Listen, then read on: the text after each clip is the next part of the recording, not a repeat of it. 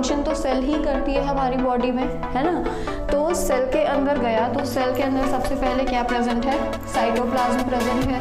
अब साइटोप्लाज्म में क्या हुआ, कौन सी प्रोसेस हुई, ये 6 कार्बन मॉलिक्यूल आपका कन्वर्ट हो गया पायरूवेट एसिड में, जिसे हम कहते हैं 3 कार्बन मॉलिक्यूल। ठीक, ये एक यानी कि इसमें 6 कार्बन प्रेजेंट हैं तो इसमें सिर्फ 3 कार्बन ही होंगे। ठीक, और बाकी क्या हुआ, एनर्जी रिलीज हुई। Hello friends, welcome to my YouTube channel mind maker Guruji. चलिए आज एक न्यू टॉपिक स्टार्ट करते हैं। ये टॉपिक भी आपका लाइफ प्रोसेसेस चैप्टर हम लोग पढ़ रहे हैं, जैविक प्रक्रियाएं या जैव प्रक्रम प्रोसेसेस जो हम लोग पढ़ रहे हैं, उसके अंदर ही ये भी सेकंड टॉपिक है, रेस्पिरेशन। ठीक है, अभी तक हमने क्या पूरा डाइजेस्टिव सिस्टम और कितने टाइप्स के एनिमल, ये सारी चीज़ें हम लोग फिनिश कर चुके हैं, पढ़ चुके हैं। अब स्टार्ट करते हैं रेस्पिरेशन से। ठीक है, तो रेस्पिरेशन से नॉर्मली कोई भी अगर हम कॉमन लैंग्वेज में बोलना चाहें तो क्या समझता है, कोई भी एक कॉमन इंसान होगा तो हम अगर उससे बोलेंगे कि हम सांस लेते हैं या हमारे शरीर में श्वसन की प्रक्रिया होती है, तो उनके दिमाग में सिर्फ एक सिंपल सी चीज़ आएगी कि हम ऑक्सीजन अंदर लेते हैं और कार्बन डाइऑक्साइड रिलीज करते हैं। ठीक है, लेकिन रेस्पिरेशन की प्रोसेस इससे थोड़ी सी कॉम्प्लेक्स है। ठीक है, ये एक प्रोसेस तो होती ही है जो हम एज ए नॉर्मल देख सकते हैं कि हाँ गैसों का विनिमय या गैसों का आदान प्रदान हुआ, यानी कि हमने ऑक्सीजन गैस अंदर ली और कार्बन डाइऑक्साइड गैस रिलीज कर दी एनवायरनमेंट में। ठीक है, और वो ऑक्सीजन भी हमें कहाँ से मिलती है, किस प्रोसेस के थ्रू मिलती है, वो भी मैंने आपको बता दिया था। ठीक, जो भी फोटोसिंथेसिस की प्रोसेस यानी कि पौधे जिस भी प्रक्रिया द्वारा, प्रकाश संश्लेषण की प्रक्रिया द्वारा जो भोजन का निर्माण करते हैं, तो वो वही ऑक्सीजन रिलीज करते हैं और उसी ऑक्सीजन को हम यूज़ करते हैं। ठीक है, तो बेसिकली अगर हम इसको डिवाइड करना चाहें रेस्पिरेशन को, तो रेस्पिरेशन को हम 2 पार्ट्स में डिवाइड कर सकते हैं। ठीक, इसको अगर हम डिवाइड करें तो 2 पार्ट्स में डिवाइड हो जाएगा ये। एक होता है गैसियस एक्सचेंज, गैसियस एक्सचेंज, और एक होगा आपका ब्रेक डाउन ऑफ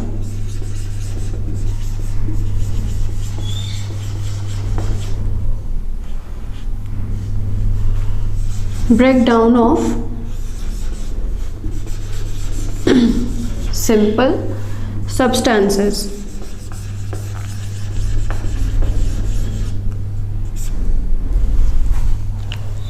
ठीक है, तो रेस्पिरेशन की प्रोसेस को अगर हम ब्रॉडली क्लासिफाई करेंगे तो इसमें 2 चीज़ें होंगी, एक होगा गैसेस एक्सचेंज और एक break down of simple substances, जिसके थ्रू क्या होगा, एनर्जी रिलीज होगी। ठीक है, एनर्जी रिलीज होगी, और एनर्जी जो भी रिलीज होगी वो किस फॉर्म में होगी, एटीपी,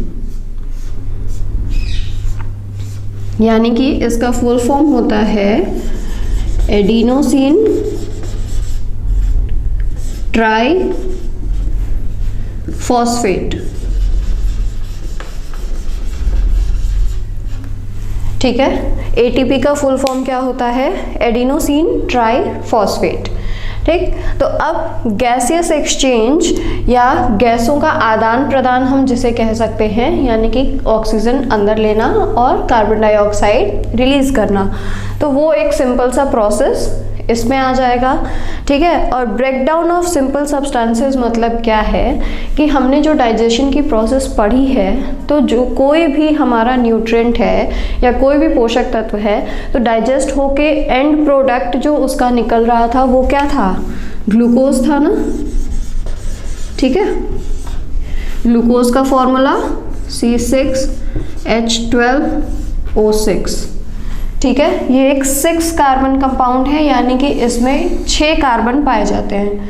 ठीक है, तो ये ग्लूकोज के फॉर्म में ही सारे न्यूट्रिएंट्स एंड प्रोडक्ट जो उनका बन रहा था, सबसे सिंपल फॉर्म में जब वो टूट रहे थे तो क्या बन रहा था, ग्लूकोज। ठीक है।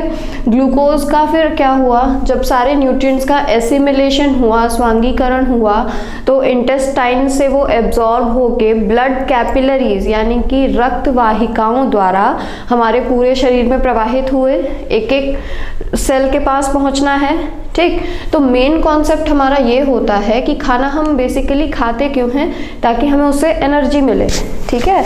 तो अब हमें अभी फिलहाल क्या मिला है, सिर्फ ग्लूकोज मिला है, ठीक। अब इस ग्लूकोज से एनर्जी कैसे रिलीज होगी, उसकी पूरी क्या प्रक्रिया है, उसे हम किसके अंदर पढ़ेंगे, इसके अंदर पढ़ेंगे, break down of simple substances. क्योंकि डाइजेशन का जो एंड प्रोडक्ट ग्लूकोज है, जब वो हमारी सेल्स के पास पहुंचेगा तो सेल्स को ग्लूकोज क्यों चाहिए, एक तो नॉर्मल, जैसे अगर हमें एनर्जी क्यों चाहिए हमारे शरीर को नॉर्मल डेली लाइफ का काम करने के लिए, एक तो, और दूसरी चीज़ कि कोई भी अगर टूट फूट हो रही है हमारे शरीर में तो उसको मेंटेन करने के लिए, ठीक है ना। तो एक चीज़, इससे एनर्जी टूट फूट जो होगी वो तो मेंटेन होगा ही सेल्स का, ठीक। लेकिन अब उससे एनर्जी कैसे रिलीज़ हो कि बाकी जो हमारी बॉडी की सेल्स हैं उनको भी एनर्जी मिले और ओवरऑल हमारी बॉडी को एनर्जी मिले, ताकि हम कोई भी काम को कर सकें, ठीक है। तो चलिए इसको आगे देखते हैं कि इसमें और क्या क्या है गैसेस एक्सचेंज और ब्रेकडाउन ऑफ सिंपल सब्सटेंसेस में, यानी कि ये ग्लूकोज का जो ब्रेकडाउन है वो किस प्रोसेस से कैसे कैसे होता है। चलिए, तो रेस्पिरेशन के अंदर जो हमने दो चीज़ें पढ़ी हैं, एक होता है गैसियस एक्सचेंज, यानी जो नॉर्मल लैंग्वेज में हम बोल सकते हैं गैसों का आदान प्रदान, एक पार्ट वो होता है, और एक चीज़ होता है ब्रेकडाउन ऑफ सिंपल सब्सटेंसेस, यानी कि जो हमारा ग्लूकोज है उसका हमें आगे भी उसको और तोड़ना है ताकि उससे हमें क्या मिले, एनर्जी मिले, ठीक। ब्रेकडाउन ऑफ सिंपल सब्सटेंसेस, यानी सिंपल, ये एक सिंपल 6 कार्बन का मॉलिक्यूल है ग्लूकोज, तो इसको हम एक चीज़ और बोल सकते हैं सेल्यूलर रेस्पिरेशन, ठीक है। सेल्यूलर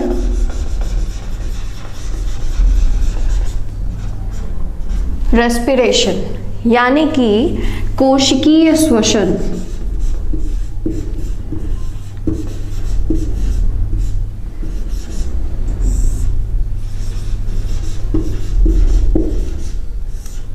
ठीक है। जो भी सिंपल सब्सटेंसेस का ब्रेकडाउन होता है या लिसिस होती है या तोड़ना होता है उनको, तो उस पूरी प्रोसेस को हम क्या बोल सकते हैं, सेल्यूलर रेस्पिरेशन भी बोल सकते हैं, यानी कि कोशिकीय श्वसन बोल रहे हैं। नॉर्मल लैंग्वेज में जो गैसेस एक्सचेंज होता है वो हम क्या कहते हैं, हम श्वसन की प्रक्रिया कर रहे हैं, यानी कि हम सांस ले रहे हैं। तो ऐसे ही जब कोशिकाएं यानी कि सेल्स हमारी बॉडी की जो भी उनके अंदर पूरी प्रक्रिया होगी इसको तोड़ने की या इससे एनर्जी रिलीज कराने की, एनर्जी किस फॉर्म में, एटीपी के फॉर्म में, तो एटीपी के फॉर्म में जो एनर्जी रिलीज कराने की पूरी प्रक्रिया है उसको हम क्या कह दे रहे हैं, कोशिकीय श्वसन, ठीक है। तो चलिए आगे देख लेते हैं क्या है ये C6H12O6 यानी कि ग्लूकोज, ठीक। ये हमारा ज़्यादातर में, मतलब ज़्यादातर जो भी न्यूट्रिएंट्स डाइजेस्ट होते हैं उसका एंड प्रोडक्ट हो गया। ये एक 6 कार्बन मॉलिक्यूल है। अब जब ये हमारी सेल्स में पहुंचेगा तो सेल्स में क्या होता है, साइटोप्लाज्म होता है।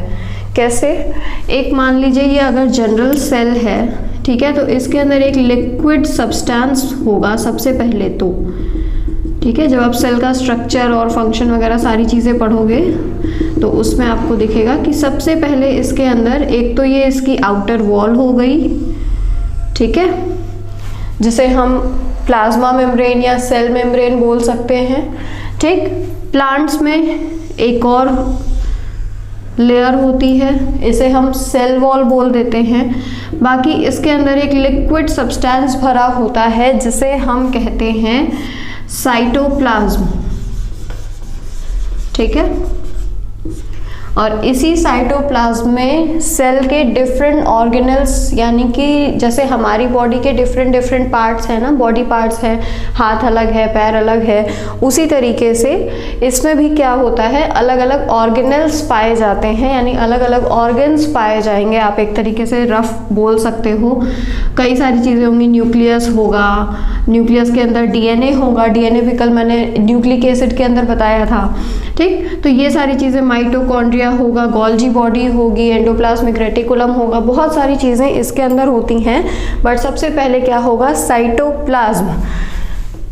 Cyto is something related to cell, ठीक है। साइटो वर्ड यूज़ किया जाता है सेल को रिप्रेजेंट करने के लिए। प्लाज्म मीन्स होता है कुछ लिक्विडी टाइप स्ट्रक्चर, ठीक है, कुछ लिक्विडी सब्सटेंस, तो इसीलिए इसको हमने क्या कह दिया, साइटोप्लाज्म कह दिया। अब ये ग्लूकोज जब इस सेल के साइटोप्लाज्म में पहुंचा तो क्या प्रोसेस होगी, ठीक, क्या होगा, साइटोप्लाज्म में जब आया तो ये इसका ब्रेकडाउन हुआ और इसका फॉर्मेशन हुआ पायरुविक एसिड का, यानी कि जो ये 6 कार्बन मॉलिक्यूल था अब ये टूट के कितना रह गया, एक 3 कार्बन मॉलिक्यूल में कन्वर्ट हो गया ये, जिसका नाम है पायरुविक एसिड, ठीक। और क्या हुआ, एनर्जी रिलीज हुई। हमारा मेन मोटो क्या है, हमें एनर्जी ही तो चाहिए। तो ग्लूकोज से जब ये ग्लूकोज सेल के साइटोप्लाज्म में एंटर हुआ, क्योंकि डाइजेशन के बाद एसिमिलेशन की प्रोसेस में जो भी होगा क्या होगा, हमारा न्यूट्रिएंट हमारे सेल तक पहुंच गया, ठीक, यानी कि स्वांगीकरण हो गया।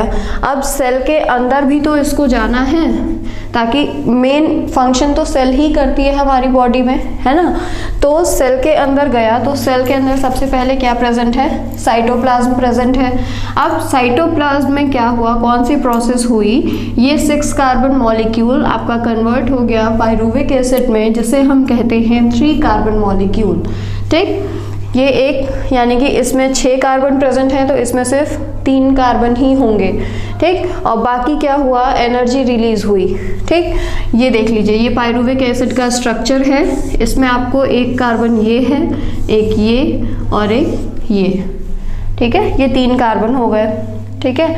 अब इस पूरी प्रोसेस को, यानी कि ग्लूकोज से पायरुविक एसिड पे कन्वर्ट होने की पूरी प्रोसेस को हम क्या बोलते हैं, ग्लाइकोलिसिस बोलते हैं, ठीक है, या ग्लाइको अपचयन की क्रिया बोलते हैं। लिसिस मीन्स क्या होता है, ये मैं पहले भी डिस्कस कर चुकी हूँ। लिसिस मीन्स होता है टूटना, किसी चीज़ का ब्रेकडाउन, है ना, किसी चीज़ को तोड़ना। तो यहाँ पे भी वही प्रोसेस हो रही है, ग्लूकोज क्या हो रहा है, टूट रहा है और पायरुविक एसिड बन रहा है, इसलिए यहाँ पे ये टर्म यूज हो गया ग्लाइकोलिसिस। या फिर इसको हम एक और नाम से जानते हैं, ईएमपी पाथवे, ठीक है, एक और नाम से इसको जाना जाता है, वो होता है ईएमपी पाथवे। ईएमपी का फुल फॉर्म होता है एम्डेन-मेयरहोफ-परनेस पाथवे, ठीक है, ये साइंटिस्ट के नाम पे इसका नाम रखा गया है, ठीक है। अब ये पायरुविक एसिड का फॉर्मेशन हो गया। अब कुछ सेल्स को ऑक्सीजन अवेलेबल होता है और कुछ को नहीं होता है। अगर बाय चांस लोग क्या कहते हैं कि पानी ज़्यादा पीना चाहिए, ठीक है, पानी क्यों ज़्यादा पीना चाहिए, एक तो हमारी बॉडी का जो फॉर्मेशन है वो 95% तक वाटर है, ठीक। अब पानी पीने में क्या है कि एक तो पानी से भी क्या हो रहा है, सेल्स को ऑक्सीजन मिलती है, ठीक है। अगर इन केस ऑक्सीजन एब्सेंट है, ठीक, कुछ ऑर्गेनिजम्स में या कुछ बैक्टीरिया में क्या होगा कि उनका जो आगे का प्रोसेस होगा वो विदाउट ऑक्सीजन होगा, उनको ऑक्सीजन की कोई ज़रूरत नहीं है एनर्जी रिलीज कराने के लिए, ठीक है। जैसे कि मान लीजिए एब्सेंट, अब ऑक्सीजन हमारे पास प्रेजेंट नहीं है, मतलब हमें ज़रूरत ही नहीं है ऑक्सीजन की, तो ये प्रोसेस किस में होगी, यीस्ट में, ठीक। यीस्ट में एक ऑर्गेनिज्म है। फर्मेंटेशन की प्रोसेस आपने सुनी होगी ना, फर्मेंटेशन की प्रोसेस वो होती है, जैसे अगर हमें घर में नॉर्मल इडली बनानी है या ढोकला बनाना है तो हम क्या करते हैं, नॉर्मल जो भी उसका बैटर है उसको हम 24 आवर्स के लिए ऐसे ही छोड़ देते हैं। क्यों छोड़ देते हैं, ताकि उसमें क्या हो, किण्वन की प्रक्रिया हो या फर्मेंटेशन की प्रोसेस हो, ठीक है। फर्मेंटेशन।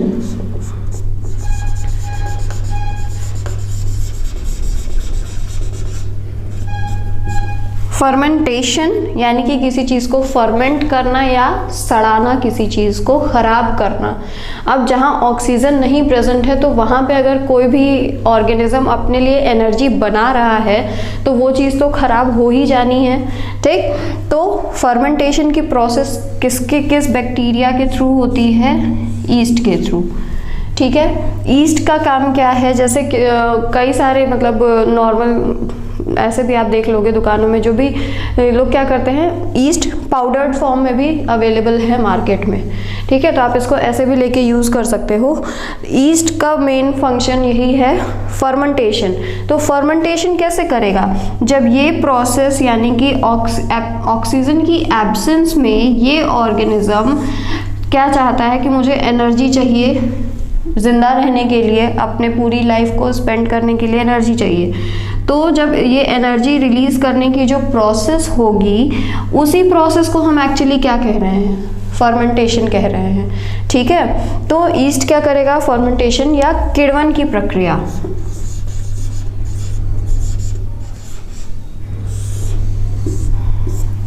ठीक है, फर्मेंटेशन या किण्वन की प्रक्रिया द्वारा क्या करेगा? क्या चीज़ें बनाएगा? इथेनॉल बनाएगा, कार्बन डाइऑक्साइड बनाएगा और एनर्जी रिलीज होगी। ठीक, इथेनॉल एक टाइप का अल्कोहल है। ठीक, एक 2 कार्बन मॉलिक्यूल है। इसका फॉर्मूला आप लिख सकते हो C2H5OH। जहाँ पे भी ये OH लगा होगा, अगर किसी भी फॉर्मूला में OH है तो आप ये समझ सकते हो कि ये अल्कोहल को रिप्रेजेंट कर रहा है। ठीक, C2 ये मैंने पहले ही लिखा हुआ है। इथेनॉल क्या है? एक 2 कार्बन मॉलिक्यूल है, यानी कि इसमें सिर्फ 2 कार्बन प्रेजेंट होंगे।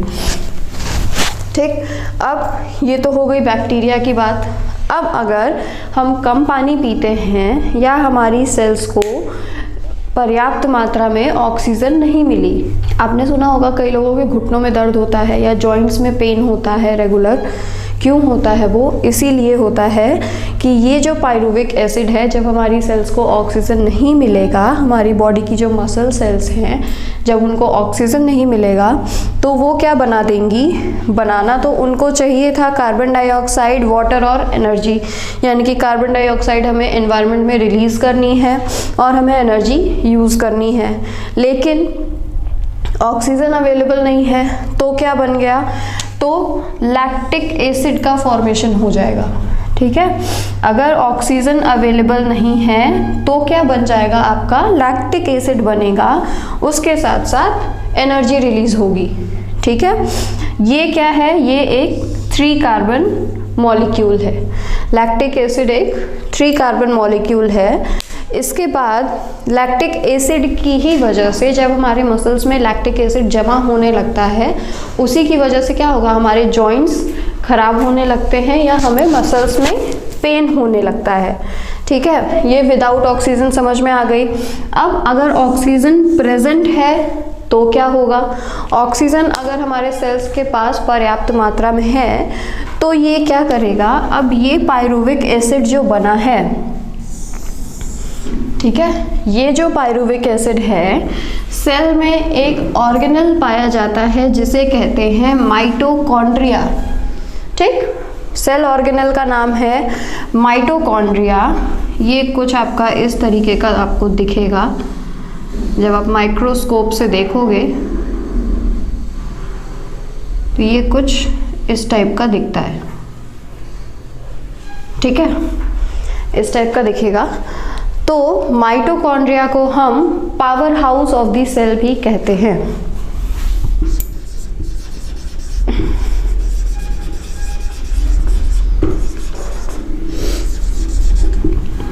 ठीक, माइटोकॉन्ड्रिया को हम क्या कह रहे हैं? पावर हाउस ऑफ सेल भी कह दिया। क्यों कह दिया? पावर हाउस का मेन काम क्या होता है, जितने भी घर हैं किसी भी स्टेट में या किसी भी डिस्ट्रिक्ट में, किसी भी एरिया में, तो वहाँ पे क्या करना, पावर की सप्लाई करना या इलेक्ट्रिसिटी की सप्लाई करना। ठीक है, मेन इलेक्ट्रिसिटी का जो पॉइंट होता है उसको हम क्या कहते हैं, पावर हाउस कहते हैं, है ना। तो इसी तरीके से माइटोकॉन्ड्रिया हमारी बॉडी के लिए एनर्जी का फॉर्मेशन करती है in the presence of oxygen, इसलिए हम इसे क्या बोल रहे हैं, पावर हाउस बोल रहे हैं। क्योंकि सेल में जो सेल ऑर्गेनल माइटोकॉन्ड्रिया प्रेजेंट है उसी में ऐसी प्रोसेस होगी जिससे हमारी बॉडी को क्या मिले, एनर्जी मिले। ठीक, इसीलिए हमने इसे क्या कह दिया, powerhouse of the cell. ठीक, तो एक बार फिर से रिवाइज कर लेते हैं हमने अभी तक क्या पढ़ा रेस्पिरेशन में। देखिए, सबसे पहला हमें ग्लूकोज को तोड़ना है छोटे छोटे पार्ट्स में ताकि हमारे बॉडी को एनर्जी मिले। तो ये पूरी प्रक्रिया कहाँ हुई, जब भी ग्लूकोज एंटर करेगा हमारी बॉडीज की सेल में। ठीक, तो सेल में सबसे पहले है साइटोप्लाज्म, साइटोप्लाज्म में एंटर हुआ, साइटोप्लाज्म मतलब एक liquidy substance present in cell. ठीक, साइटोप्लाज्म में एंटर हुआ तो ये पूरी प्रक्रिया कहाँ होगी, साइटोप्लाज्म में होगी। साइटोप्लाज्म में क्या बनेगा, 6 कार्बन मॉलिक्यूल कन्वर्ट हो जाएगा 3 कार्बन मॉलिक्यूल में और रिलीज होगी एनर्जी। ठीक, इस पूरी प्रोसेस को, ग्लूकोज से पायरुविक एसिड बनने की प्रोसेस को हम क्या कहते हैं, ग्लाइकोलिसिस कहते हैं या EMP पाथवे बोलते हैं। अब ये पायरुविक एसिड अगर फर्दर ऑक्सीजन अवेलेबल नहीं है या कुछ ऑर्गेनिजम्स विदाउट ऑक्सीजन के भी क्या करते हैं, अपना एनर्जी रिलीज करने का प्रोसेस कर सकते हैं, तो क्या होगा, एग्जाम्पल है आपका ईस्ट। ईस्ट में होती है फर्मेंटेशन की प्रोसेस, फर्मेंटेशन की प्रोसेस के थ्रू वो क्या बनाएगा, इथेनॉल, एक टाइप का अल्कोहल है, 2 कार्बन मॉलिक्यूल है, कार्बन डाइऑक्साइड रिलीज होगी और एनर्जी रिलीज होगी। ठीक, दूसरी चीज़, अगर हमारी मसल सेल्स में है, अगर ऑक्सीजन अवेलेबल नहीं है तो क्या होगा, लैक्टिक एसिड का फॉर्मेशन होगा और एनर्जी रिलीज होगी। Lactic acid is a 3 carbon molecule. अब अगर दूसरी चीज़ हमारा प्रेजेंस ऑफ ऑक्सीजन, यानी कि ऑक्सीजन के प्रेजेंस में अगर कोई चीज़, ये पूरी प्रोसेस होगी, यानी कि पायरुविक एसिड के बाद अगर ऑक्सीजन अवेलेबल है तो ये पूरी प्रोसेस कहाँ होगी, माइटोकॉन्ड्रिया में होगी। Mitochondria is a cell organelle. Cell organelle ऐसा है जिसे हम पावर हाउस ऑफ सेल भी बोलते हैं, क्योंकि ये हमारी बॉडी में एनर्जी रिलीज करने का काम करता है in the form of ATP या एडिनोसिन ट्राइफॉस्फेट। ठीक है, और क्या बनता है, कार्बन डाइऑक्साइड रिलीज होती है जो हम नॉर्मल रिलीज करते हैं एनवायरनमेंट में, वाटर एंड एनर्जी रिलीज होगी। ठीक है, आई होप कि आपको इतनी सारी चीज़ें क्लियर होंगी। अभी तक की चीज़ें अगर क्लियर हैं तो प्लीज़ मेरे वीडियो को लाइक और सब्सक्राइब ज़रूर कीजिए और शेयर करना तो बनता ही है। ठीक है, अब यहाँ पे हम 2 चीज़ें देख रहे हैं कि मेनली 2 प्रोसेस हो रही हैं, एक in the absence of oxygen और एक in the presence of oxygen. ठीक, यानी कि एक में ऑक्सीजन एब्सेंट है और एक में ऑक्सीजन प्रेजेंट है। तो इस बेसिस पे हम क्या कर सकते हैं, इस सेल्यूलर रेस्पिरेशन को हमने 2 पार्ट्स में डिवाइड कर दिया। ठीक, 2 पार्ट्स में डिवाइड ऐसे कर दिया कि जो प्रक्रिया एब्सेंस ऑफ ऑक्सीजन में होगी, यानी कि जहाँ ऑक्सीजन प्रेजेंट नहीं है, तो उसको हम क्या बोलेंगे, एनएरोबिक। एनएरोबिक यानी कि एरोबिक,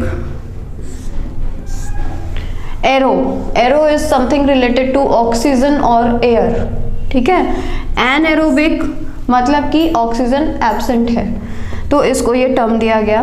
प्रेजेंस ऑफ ऑक्सीजन में होगी तो इसको हम क्या बोलेंगे, एरोबिक। ठीक है, यानी कि यहाँ पे क्या है, ऑक्सीजन या वायु प्रेजेंट है, इसलिए हम इसको एरोबिक बोलते हैं। इसको हिंदी में कहते हैं अवायवीय।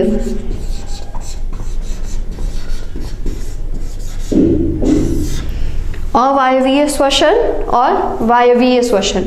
वायु शब्द कहाँ से आया? वायु से आया। वायु में मेनली हमारे काम का क्या है? ऑक्सीजन है, तो इसीलिए हम इसको अवायवीय और वायवीय श्वसन भी बोल सकते हैं।